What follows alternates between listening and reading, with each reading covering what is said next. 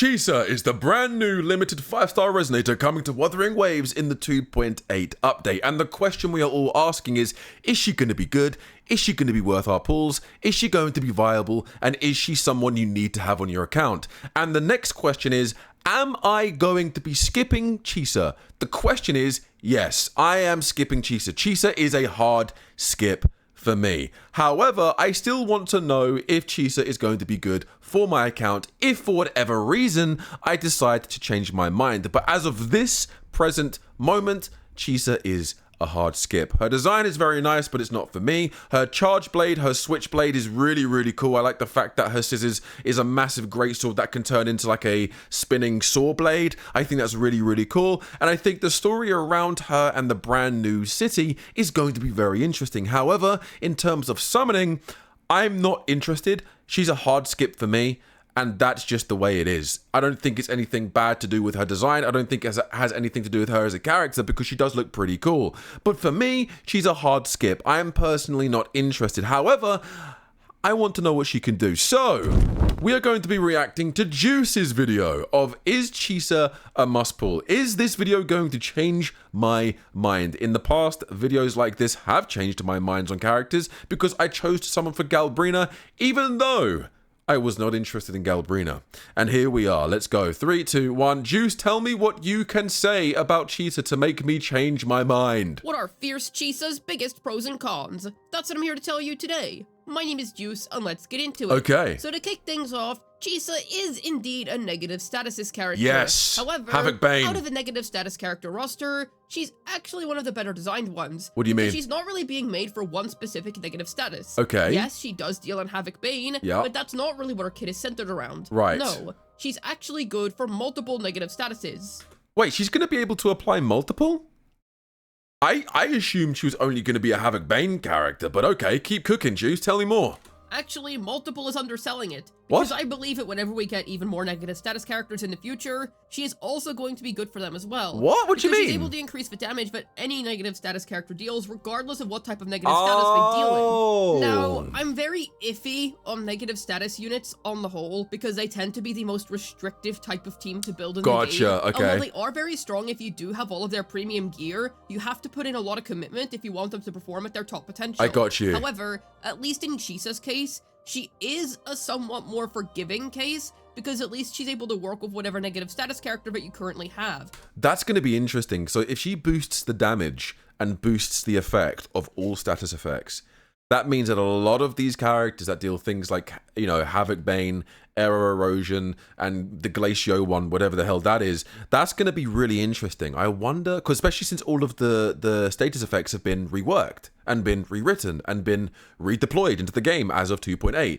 So it's going to be very interesting. Tell me more, please. And I will add, we're likely going to continue getting negative status characters over time. Oh, yeah, absolutely. So a universal character like this is quite relevant. Okay. Now, considering how expensive negative status teams are, I don't actually know how relevant that's going to be to a large majority of players, because I have a hard time imagining that most people have invested fully into 2 negative status teams, because that assumes that you have 1 negative status DPS, their dedicated support, and then the signature weapon for that respective DPS. Right. So that does put that aspect of her value into question, because it's questionable as to how many people are actually going to be leveraging that value. However, if you do happen to have both the full Spectral Frazzle team and the full Erosion team, or perhaps you have one of them and you're going to invest into a full negative status team later on, well then this aspect of Chisa's value is going to be relevant to you. Got you. See, my Spectro Frazzle team, I'm a Zani main, so Zani, Showkeeper, and Phoebe is a full Spectro Frazzle team, right? That's what I use most of the time to deal the most amount of damage. So what I'm hearing is that Chisa might be able to fit into a team like that. And also Aero Rover, you know, Cartathea, you know, all of these really cool characters that deal status effects are going to be buffed because of Chisa's passive by the sound of it, which is really, really interesting. And it's also nice because a big issue that negative status characters tend to have is how rigid they are in terms of their team building and usability. However, right. Chisa's a negative status I love character, the animation that she can turn into a windmill. So cute. She's still going to be tied to the negative status characters on your account, obviously, but at least it feels like there's a little bit more agency there. And I also want to add that she's going to be able to free up your Shorekeeper and Rover. Freeing up Rover is actually quite relevant for these teams, because after all, you're able to use Spectral Rover and Zani teams or even Absolution Phoebe teams, and there's of course Air Rover and Cardathea teams. Yeah, And I assume I that just said whenever that. we get even more negative status characters in the future, Rover may end up being good there too. And if not in those teams, I imagine that Kuro is going to continue to use Rover as a really good, cheap, efficient option for future DPS releases. They need to give Havoc Rover the Havoc Bane effect. Please add that in Havoc Rover's kit. I don't believe, I was told not too long ago that Havoc Rover doesn't apply Havoc Bane. At least not in the way that we think. And apparently, if that's the case, then him having Havoc Bane would make Chisa even better. I think in 3.0, Kuro needs to go, by the way, we've reworked Rover's kit for the Havoc Rover.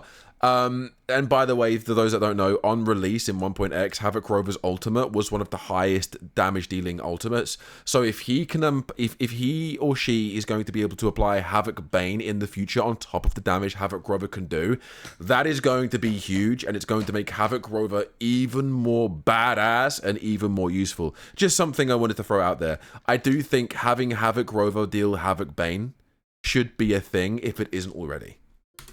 So being able to free up Rover is unironically pretty nice, because more often than not, he keeps being used as a good budget unit for future characters. True, he does. So whether you just want to free up your Rover for one of your characters that you already have, or if you just want to free him up for the future, well then Chisa's going to be able to do that for you. And there's obviously freeing up Shorekeeper. Considering how universal that character is, it's always nice to be able to free her up. So there is not going to be a character for a long while, I believe, that is going to do what Shorekeeper can do. Shorekeeper is the only character that can buff how she does and heal as she does together, especially if you have multiple of her eidolons, or whatever it's called, eidolons, constellations, sequence nodes, whatever the hell it's called. If you have multiple, she's one of the best supporting and also DPS units, supporting DPS units in the game, because you can deal her as a sub DPS as well as a supporting healer. And she's going to be irreplaceable for a long time. And I think Kuro knows this, which is the reason why they're not going to release another character like Shorekeeper. I think that is genuinely the reason why we haven't had a character like Shorekeeper since Shorekeeper. Because they knew, or they know, that no one is going to use anyone else other than Shorekeeper because of how useful she is. Every new player needs a Shorekeeper. But somebody else realistically is able to use her. She just ends up being a handy third slot teammate on the whole, especially for accounts that are really invested in the negative status archetype. Because like I said, if you use Chisa in, say, your Cardathea team, then you're able to use Spectra Rover in your Zani team. And considering how Spectra Rover is honestly quite strong in those teams, being a really formidable third slot teammate, all things considered, that actually has a really nice edge of value to it. So this is a very nice positive quality of Chisa's. She's very efficient when it comes to freeing up things on your account, and also just being versatile on the whole when it comes to your negative status roster. Gotcha. It should also be noted that she's going to be able to do some personal damage of her own. She's going to be able to apply Havoc Bane to enemies, and thus be able to deal damage to them via Havoc Bane. I don't think that her damage is going to be... Her animations are so clean. It's going to be a nice addition. She looks so PGR coded. Like, her animations look so PGR, it's great. It's insane. That she's able to do. So not only is she going to be able to buff, but she's also going to be able to contribute some extra damage to your team, even if her own negative status type doesn't. I love the way her slashes zip around. I am curious if Kuro's going to do anything with Havoc Bane in the future, considering that we do now have Chisa, who is an applicant of it, but for now, she's just able to do some nice personal damage with it, and that makes her a decent enough sub-DPS. I do want to quickly warn against pulling Chisa if your main incentive is damage. This is not a Brent situation, this is not a Yuno situation. I do not suggest pulling Chisa as a main DPS. Don't do that, that is...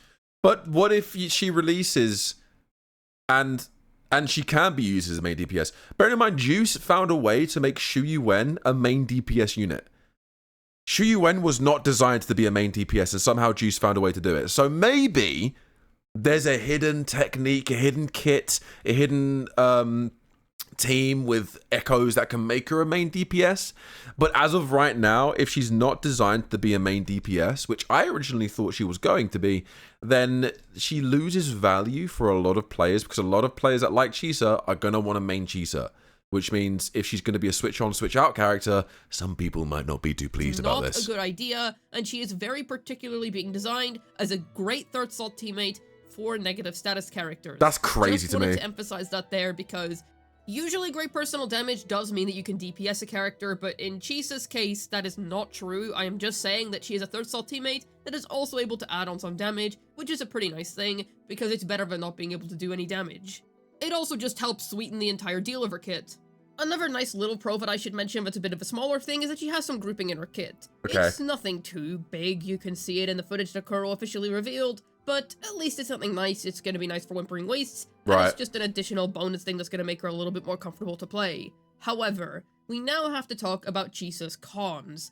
With the one that I want to open up with being, let's say that you only have one fully built negative status team. Right. You can just use Rover there. True. If you're not using Rover anywhere else, there you go. That is a free character that you can use on the end, and you have no need to pull for Chisa anymore. Considering how expensive these teams already are, True. you might want to just take the freebie where you can get one, and just save the astrites to invest into other characters, considering how much resources you have to put in order to even get a negative status team hitting the ground running.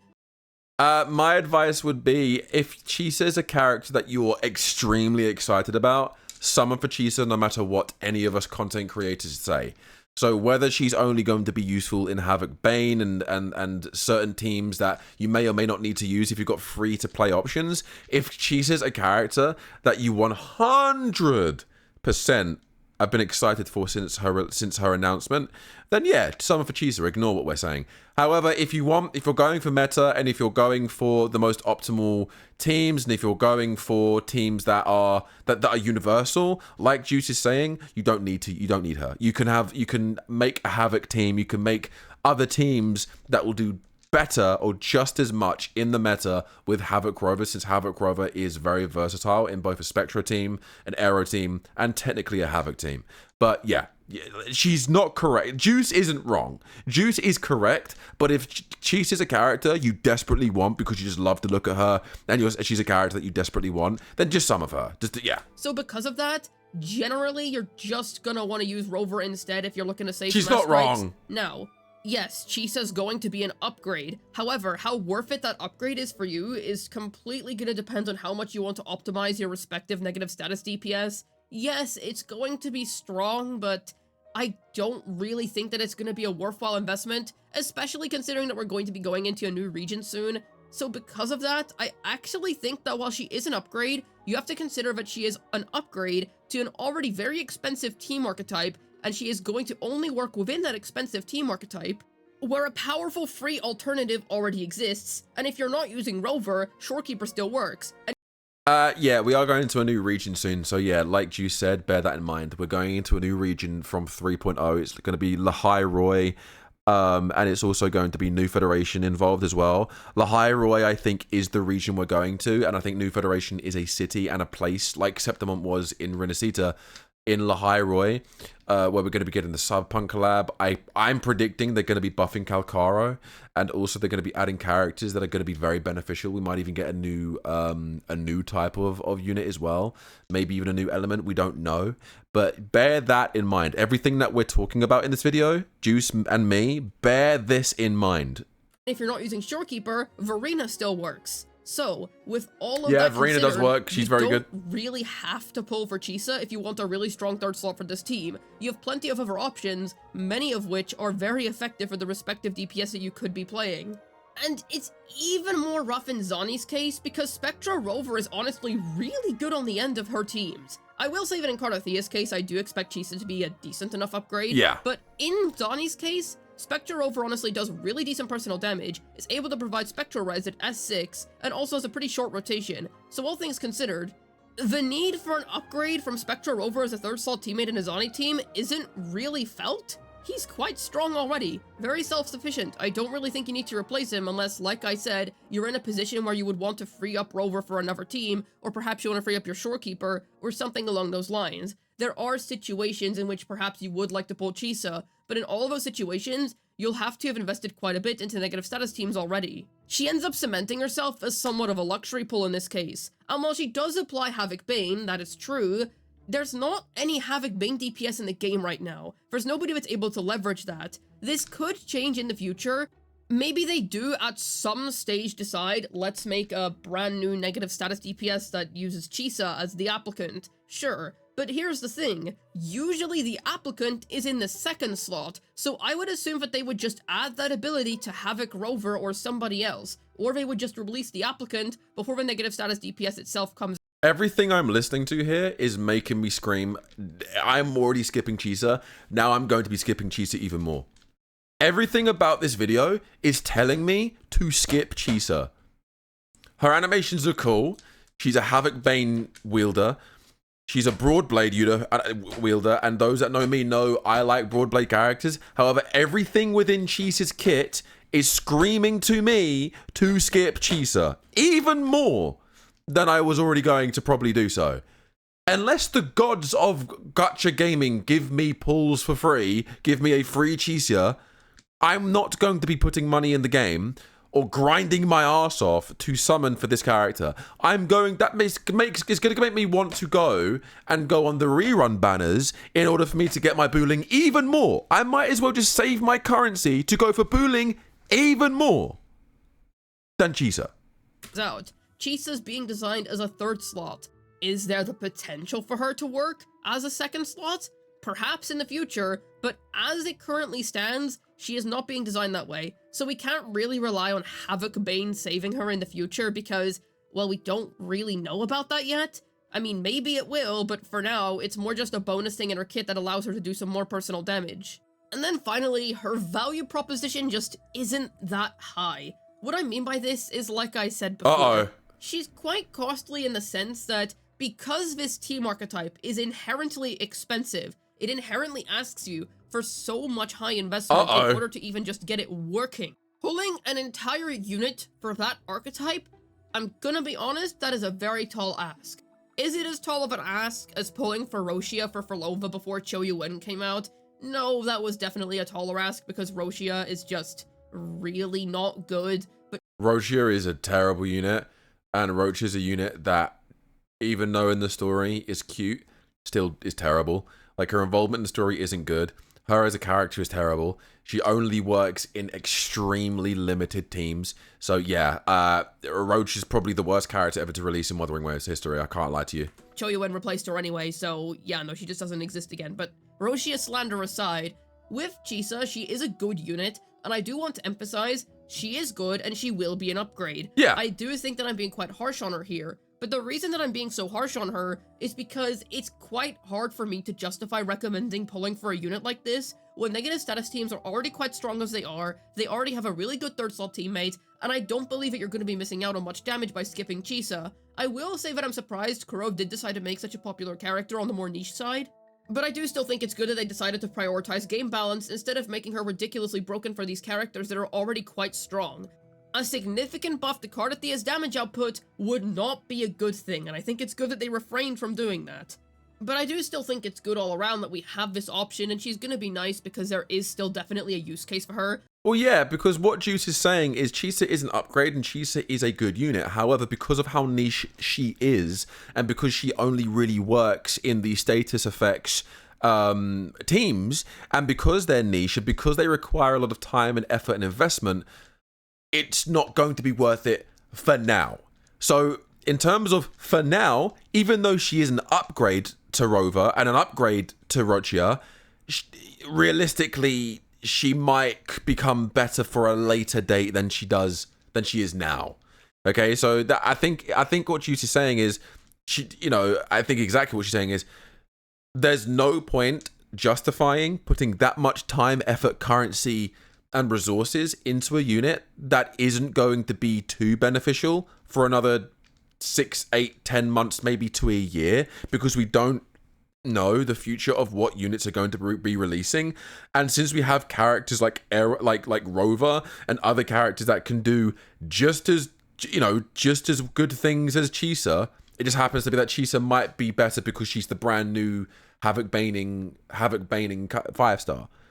So she's not writing Chisa off.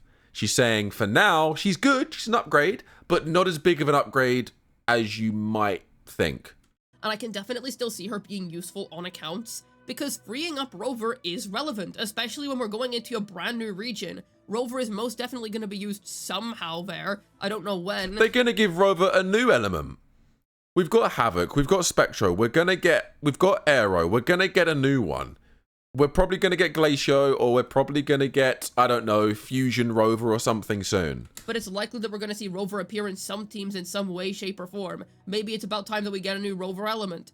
Who knows? But all I know is that freeing up Rover isn't exactly a bad thing. So sure, yes, Rover does exist for these negative status teams, but if you do want to free up the character, or you just don't want to use Shorekeeper there, or whatever your reasons may be, Chisa can fill those shoes for you. So I would like to say, Chisa is strong. I don't want to say that she's absolutely busted. I don't want to say that she's a must-pull, and I don't want to say that she is some crazy account-bending menace, because she's not. But she is balanced, she is a sufficient character, and she's definitely niche and skippable. I could say that you could very safely skip her for Lahai Roy if you're more interested in that. That's what I'm doing. However, you could just as easily pull her for your negative status team, and be more than sufficiently happy with what she's going to do for you. Hopefully this video is able to tell you Chisa's biggest pros and cons. Thank you, Juice. As always, go subscribe to Juice. Juice is an amazing content creator. I recommend anyone go and subscribe to Juice for guide building and advice on these gacha games where it comes to games like HSR, Genshin, Wuthering Waves, and potentially even other future gacha games such as Enfield and so on. Yeah, I am 110,000% skipping Chisa now. I've just now been solidified that information. That information that I've just seen, yeah, hard skip. Hard, easy skip. Do not skip for Chisa unless she's a character you desperately want. If it's a character you've desperately wanted for a while and a character you desperately desire, then yeah, sure, go for it. If not, don't. She's not going to be too beneficial for your account unless she's a character that you're like, one, either A, oh, I'm building status effects teams. Absolutely. I only ever play dot and status effect teams. Well done. Chisa's going to be perfect for you. If you're not in that niche of team building, do not pull for Chisa unless the only other reason to pull for Chisa is if you desperately like her design and you've desperately been waiting for Chisa for a while. That's all. But anyway, thank you so much for watching. I hope you enjoyed my reaction. I hope you enjoyed this video. If you did, leave a like, comment, and subscribe if you are new. Thank you so much, guys. I'll speak to you in the next one. Take it easy. Have a good rest of your day.